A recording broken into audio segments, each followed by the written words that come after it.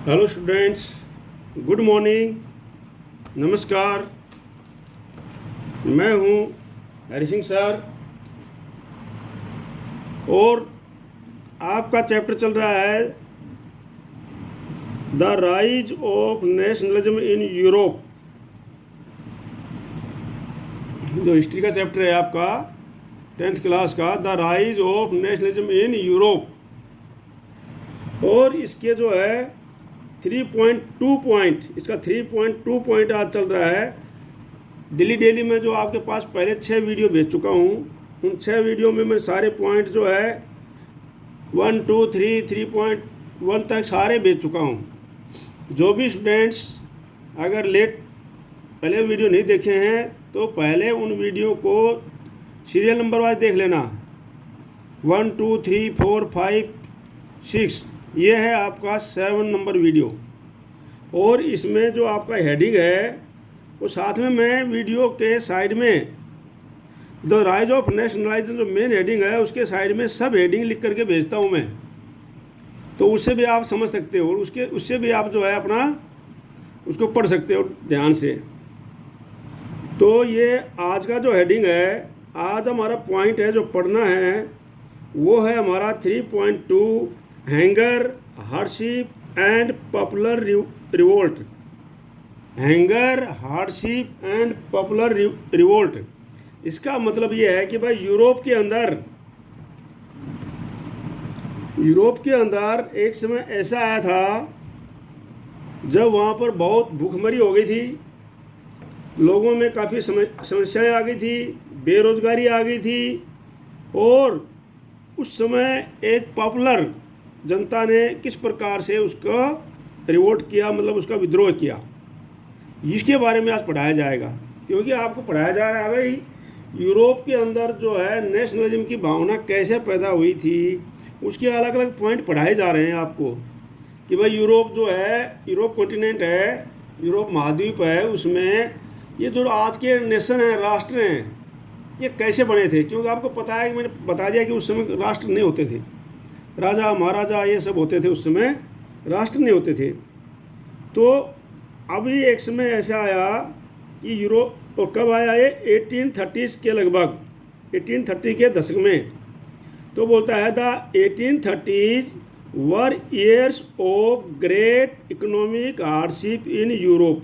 ये जो 1830 ऐश लिखा होता है, इसका मतलब होता है भाई 1830 का दशक, मतलब 1821 से लेकर 1830 तक जो 1830 का दशक था, 1821 से लेकर 1830 तक, उसके बीच में ये एक ऐसा समय था, ये एक ऐसा समय था year of great economic hardship, कि उसके अंदर भाई बहुत ही इकोनॉमिक, मतलब आर्थिक तंगी आ गई, बहुत ही इकोनॉमिक हार्डशिप यूरोप के अंदर, मतलब आर्थिक तंगी आ गई। लोगों के पास पैसा नहीं था, खाने के लिए रोटियां नहीं थी, बहुत महंगाई हो गई, रोज़गार नहीं थे। तो उस समय क्या हुआ, the first half of the 19th century saw an economic increase in population all over Europe. क्या है कि first half of the 19th century, 19th century मतलब 1801 से लेकर 1899 तक, ये 19th सेंचुरी है। तो उसके फर्स्ट हाफ मतलब बिफोर 1850, उससे पहले क्या हुआ था कि भाई यूरोप के अंदर ऐसा एक अनॉर्मस इंक्रीजेज इन पॉपुलेशन के अंदर बहुत बड़ी विशाल रूप से पॉपुलेशन जो है की बढ़ोतरी हुई थी। ये पॉपुलेशन जो है बहुत एकदम से ज़्यादा मात्रा में पॉपुलेशन बढ़ गई थी। जैसे हमारी इंडिया में पॉपुलेशन बढ़ी थी एकदम से, उसी प्रकार से वहाँ पर भी पॉपुलेशन काफ़ी ज़्यादा हो गई। अब जब पॉपुलेशन ज़्यादा हो गई तो ज़रूरी बात है कि भाई खाने की समस्या होगी।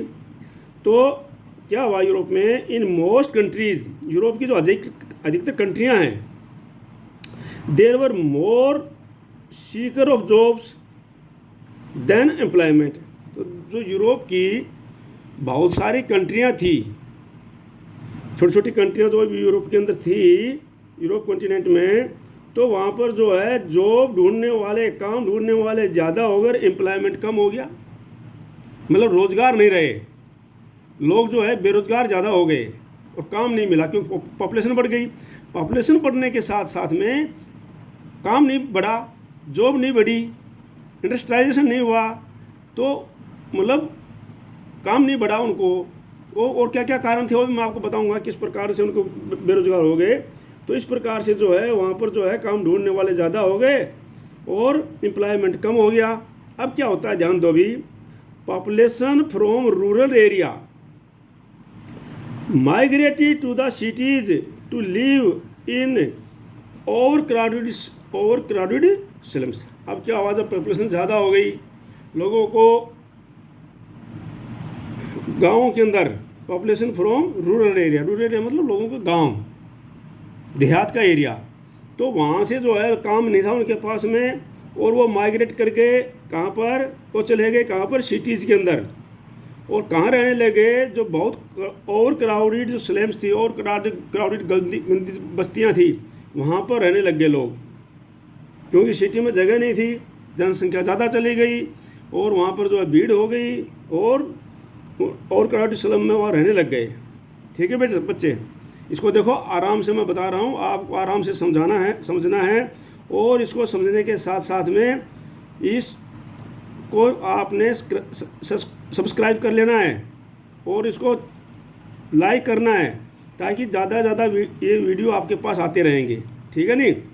अब क्या हुआ, जब ज़्यादा ज़्यादा उसमें भीड़ें इकट्ठी हो गई, वहाँ पर ज़्यादा भीड़ चली गई, और क्या हुआ, small producers to town were often faced with steep competition from import of cheap machine made goods from England. अब क्या हुआ कि भाई जो छोटे छोटे वहाँ पर प्रोड्यूसर थे सिटी के अंदर या गाँव के अंदर, जो अपने छोटे छोटे आइटम बनाते थे और बेचते थे और अपने जो है रोज़गार करते थे, अपना खाने का बंदोबस्त करते थे, अपने पैसे कमा रहे थे, तो उनके साथ क्या हुआ कि स्मॉल प्रोड्यूसर्स इन टाउन वर, जो छोटे छोटे शहर थे उन टाउन के अंदर, वर ऑफन फेस्ड, और उनको सामना करना पड़ गया। किस चीज़ का सामना करना पड़ गया, विद स्टीप कंपटीशन, बहुत हार्ड कंपटीशन का सामना करना पड़ गया। किसके साथ में, from import of cheap machines made good from England. अब इंग्लैंड से जो है इंपोर्ट आ गया, इंपोर्ट मतलब जो सस्ता सामान इंपोर्ट इंग्लैंड से आने लग गया, और वो मशीनों से बना हुआ था और वो सस्ता पड़ रहा था। जैसे हमारे इंडिया में भी हुआ था कि भाई जब ये टेरिकोट टेरिलिन ये कपड़ा जब आया, तो हमारे जो सूती बुनकर्स थे वो सारे के सारे फेल हो गए, क्योंकि वो ये महंगा पड़ रहा था और वो सस्ता पड़ रहा था। तो इस प्रकार से वहाँ पर भी क्या हुआ कि जब सारा सामान, मशीनों से बना हुआ सामान इंपोर्ट होने लग गया, चिप मशीनों से बना हुआ सामान इंपोर्ट होने लग गया, तो क्या हुआ, small producer in town were often faced with steep competition, बहुत बड़ा कंपटीशन का सामना करना पड़ गया, क्योंकि from import of the chip machine made goods from the England, क्योंकि इंग्लैंड से जो है चिप मशीन जो बना हुआ सामान वो आ गया। समझ गए ना आप लोग। जब सस्ता सामान इंग्लैंड से आ गया, तो सभी कंट्रीज़ के अंदर जहाँ पर वो इम्पोर्ट हुआ था वहाँ पर जो है बहुत ही सस्ता पड़ गया, और जो छोटे छोटे बुनकर थे उनका सामान महंगा पड़ रहा था, वो अपनी मेहनत करके बनाते थे, अब वो उसके सामने वो टिक नहीं पाए। ठीक है नहीं। Where industrialization was more advanced than other continent than और द कंटिनेंट्स, जो क्या है, बाकी जो रेस्ट ऑफ यूरोप था, मतलब पूरा यूरोप के अंदर जो है इंडस्ट्रियलाइजेशन बाद में हुआ था और इंग्लैंड के अंदर पहले हुआ था। समझ गए ना। अब जो ये इंडस्ट्रियलाइजेशन औद्योगिकरण वहाँ पहले हो गया तो वहाँ से सामान आने लग गया, तो क्या हुआ, जो सस्ते बुनकर थे अपना काम करके काम चला रहे थे, वो सब जो है फेल हो गए। ये कैसे हुआ, देखो, this was specially on in textile production, और ये खासकर हुआ टेक्सटाइल प्रोडक्शन के अंदर, जो है हमारा कपड़ा बुनने वाला का प्रोडक्शन था उसके अंदर हुआ खासकर, क्योंकि जो लोग गांव में शहरों में अपने छोटे छोटे घरों में या छोटे छोटे टाउन में जो टेक्सटाइल लगा के प्रोडक्शन कर रहे थे, उनके साथ कंपटीशन हो गया। कंपटीशन हो गया मतलब किस प्रकार से, ये बना हुआ कपड़ा बाहर से, सामान बना हुआ बाहर से इंग्लैंड से आ गया। अब which was earned out mainly in homes और small workshop and was only partly mechanised. और क्या है कि भाई ये जो लोग थे ये अपने अपने घरों में या छोटी छोटी वर्कशॉपों में अपना ये जो टेक्सटाइल प्रोडक्शन करते थे, मतलब कपड़ा जो है उसका प्रोडक्शन करते थे, वस्त्रों का टेक्सटाइल प्रोडक्शन करते थे, अपना छोटी छोटी मशीनों के द्वारा करते थे और उसको क्या है अपने बेचते थे और अपना आजीविका चला रहे थे। लेकिन जब एकदम से इंपोर्ट हो गया और सस्ता सस्ता सामान इंग्लैंड से इंडस्ट्रियलाइजेशन बना हुआ आने लग गया तो इनका सारा का सारा ये फेल हो गया, क्योंकि वो अच्छा था, बना हुआ था, बढ़िया था और सस्ता मिल रहा था। In those regions of Europe the aristocracy still enjoyed power, peasants struggled under the burden of feudal dues and obligation। अब क्या हुआ भाई, अब उस एरिया के अंदर, यूरोप के अंदर जो तो थे स्पेशली सो इन, ये तो पढ़ा दिया था मैंने आपको, इन दो रीजन, उन क्षेत्रों के अंदर क्या हुआ, Europe where the aristocracy, aristocracy जो लोग थे, एरिस्टोक्रेसी मतलब जो बड़े बड़े उच्च सामंत लोग थे, ठीक है नहीं, जो एरिस्टोक्रेसी लोग थे, जो अच्छे धनी लोग थे, एरिस्टोक्रेसी लोग थे, वो तो अपना स्टिल इंजॉयड पावर, वो क्या है अपनी पावर का इस्तेमाल करते थे, जो कि वहाँ पर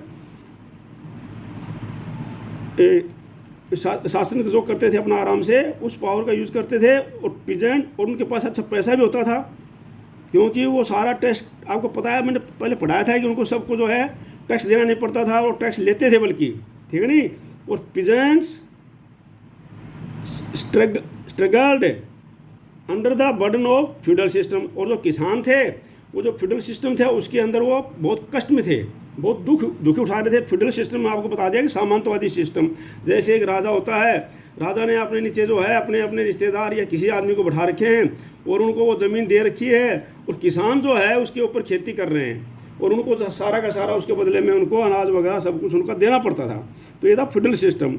उनको ड्यूज, फ्यूडल ड्यूज जो उनको देना पड़ता था, उनकी वजह से वो परेशान थे, बहुत ज़्यादा देना पड़ता था। एंड ओब्लिगेशन, और उनकी जो ज़्यादा से ज़्यादा उनको सुविधाएं जो उनको नहीं दे रखी थी, और उनके प्रति जो क्या उत्तरदायी होना पड़ता था किसानों के, किसके प्रति, अपने सामंत के प्रति।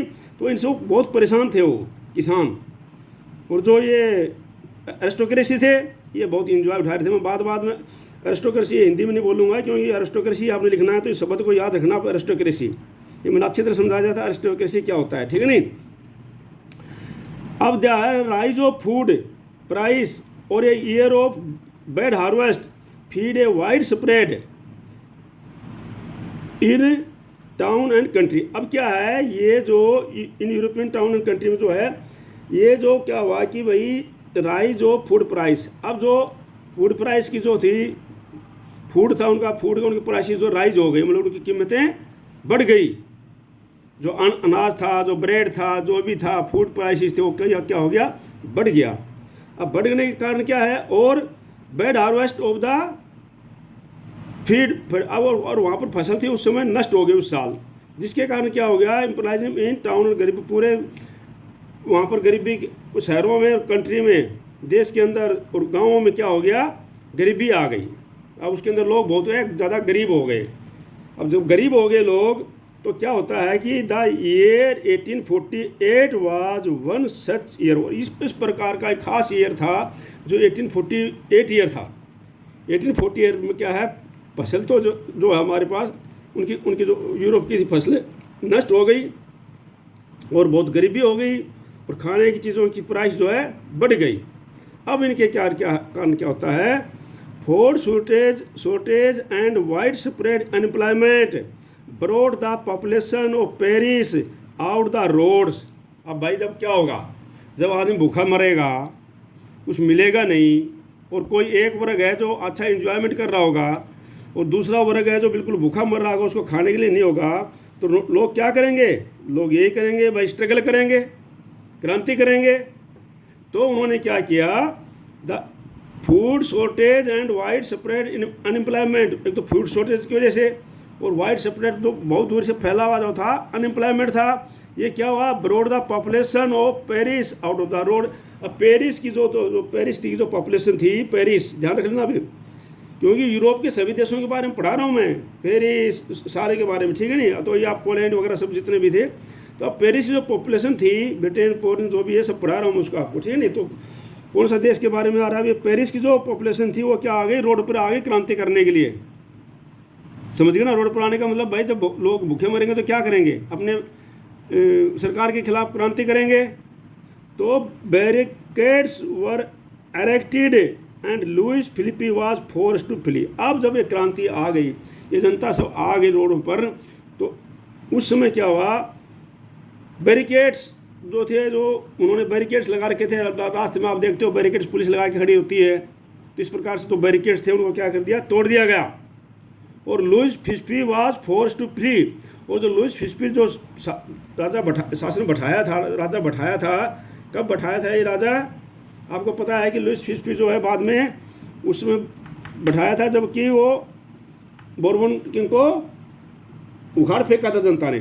तो जो लुइस फिलिपी को बैठाया था, लुइस फिलिपी, वो क्या है, उसको वाज फोर्स्ड टू फ्ली, उसको भागने के लिए मजबूर कर दिया गया, राजा को भागने के लिए मजबूर कर दिया गया। वो राजा जो है छोड़ करके जब देखा भाई लोग आ गए, क्रांति आ गई, लोग भूखे मर रहे हैं, मैं इनकी समस्याओं का समाधान कर नहीं पा रहा हूँ, तो वो क्या हुआ, छोड़ करके भाग गया। अब देखो ये इसमें दिखा रखे है, ये पीजेंट्स अपराइजिंग 1848, ये जो 1848 के जो पीजेंट्स हैं ये क्रांति करते हुए दिखा रहे हैं। यहाँ पर आप लोग ध्यान से देख लेना, इसमें दिखा रहे हैं ये पीजेंट्स अपराइजिंग 1848 के जो पीजेंट्स हैं ये क्रांति करते हुए दिखाए जा रहे हैं यहाँ पर, ठीक है। अब क्या है, ध्यान से देखो, अभी आप लोग इसको ध्यान से पढ़ लिया करो, आपको ज़्यादा करने की ज़रूरत नहीं है। अब देखो ये तो एक अच्छी बात है कि भाई जब मैं क्लास में पढ़ाता था तो कोई बच्चों के पास बुक नहीं होती थी, डांटता था। हो सकता है आपके पास बुक कुछ बच्चे एक दो अभी भी नहीं लेके आए होंगे, लेकिन ये तो एक ऐसा वीडियो है जिसमें आपको कुछ करने की ज़रूरत नहीं है। आपने अपना मोबाइल फ़ोन लेना है, और अगर आप बैठ भी नहीं सकते हो तो लेट करके पढ़ लो, कैसे भी पढ़ लो, उसको सुन लेना है, सुनने से आप समझ जाएंगे। इतना अच्छा मतलब आपको ये ग्राउंड मिल रहा है आपको, ठीक है नहीं। अभी भी आप नहीं पढ़ेंगे तो बच्चा नहीं पढ़ पाएगा। फिर आपने जो है अपने पेरेंट्स से आधा घंटे 40 मिनट से ज़्यादा बढ़ेगा वीडियो नहीं बना रहा हूँ मैं कोई भी, ताकि बच्चा जो है 40 मिनट का एक पीरियड होता है मान लो, उसमें पढ़ ले, फिर अपना रेस्ट कर ले। तो अगर आप एक पीरियड भी इसमें लगाओगे, अपना 40 मिनट भी लगाओगे 24 घंटे में से, तो भी आप जो है चैप्टर को धीरे धीरे मैं करा रहा हूँ अच्छी तरह समझ जाओगे, ठीक है नहीं। अब क्या होता है सुन लो अभी। अब जब राजा को लुइस फिलिप को जो भागने के लिए जब मजबूर कर दिया गया, लुइस फिलिप को भागने के लिए मजबूर कर दिया गया, तो उस समय फिर कोई ना कोई तो बैठेगा कि ना वहाँ पर सत्ता में। तो क्या हुआ, national assembly proclaimed and republic granted suffrage to all adult males above 21। अब क्या है, दोबारा से नेशनल असेंबली जो है वहाँ पर बना दी गई, और नेशनल असेंबली ने क्या किया भाई, सभी जो भी अडल्ट थे 21 से ऊपर वाले एज वाले, मेल्स, ओनली फॉर मेल्स, ध्यान रख लेना बेटा। भी ये मेल शब्द लिखा हुआ है, इसका मतलब वुमेन्स को नहीं दिया उन्होंने वहाँ पर वोट डालने का अधिकार।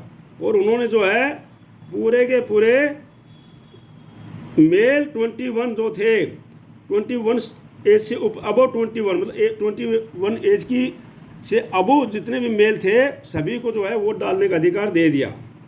And granted the right to work, और काम करने का अधिकार भी उनको दे दिया, ठीक है नहीं। अब क्या हुआ, national workshop to provide employment were set up, national workshop खोले गए और एम्प्लॉयमेंट रोजगार दिए गए। अब देखो ये है, and granted the right to work, right to मतलब काम का अधिकार, जैसे हमारे को दिया गया ना राइट टू वर्क, ठीक है नहीं। तो ये है काम का अधिकार, जब अपने अधिकार दिए गए हैं आपको पता होना चाहिए।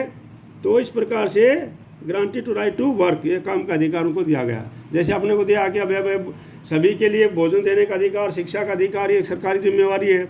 तो जो है हमारी सरकार जो है गरीब से गरीब लोगों के लिए भी सरकारी स्कूल खोल के बैठती है, और यहाँ पर जो है लोगों को भोजन सप्लाई करती है, आपको पता है अभी। तो इस प्रकार से उसी अधिकार के अंदर दिया जाता है, ठीक है नी।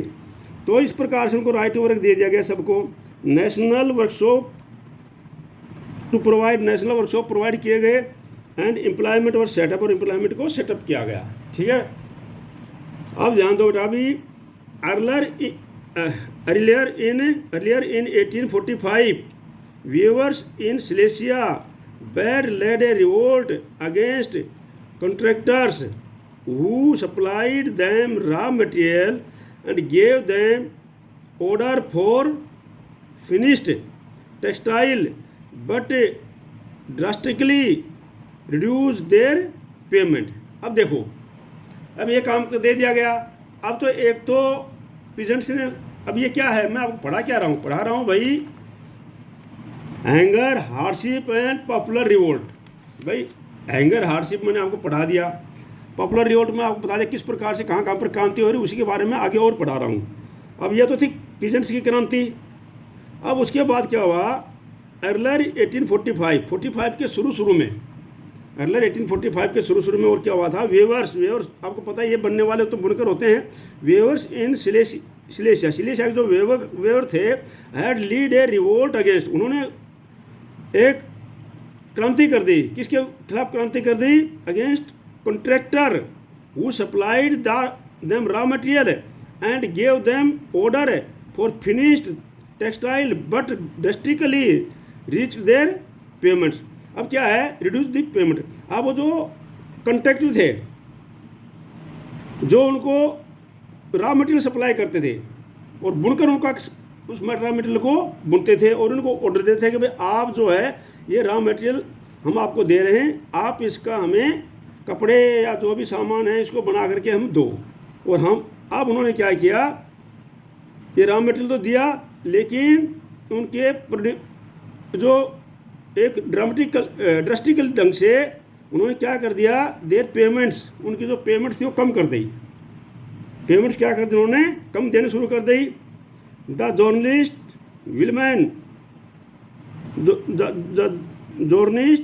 Wilhelm Wolff described the event in a Silesia village as follow. अब एक जो एक पत्रकार हुआ है, जर्नलिस्ट हुआ है, उसने इसका उस गांव के बारे में बताया कि उस गांव में किस किस प्रकार से जो है ये क्रांति हुई, क्या क्या हुई। तो इसको मैं पढ़ा देता हूँ फिर भी आपको।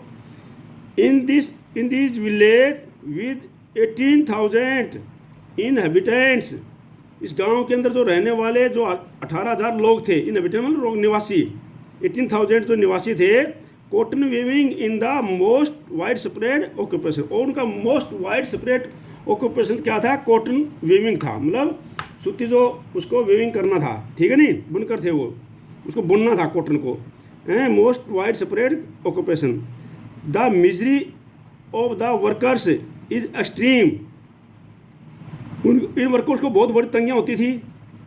The desperate need for jobs has been taken advantage of by the contractor to reduce the price of the goods they order.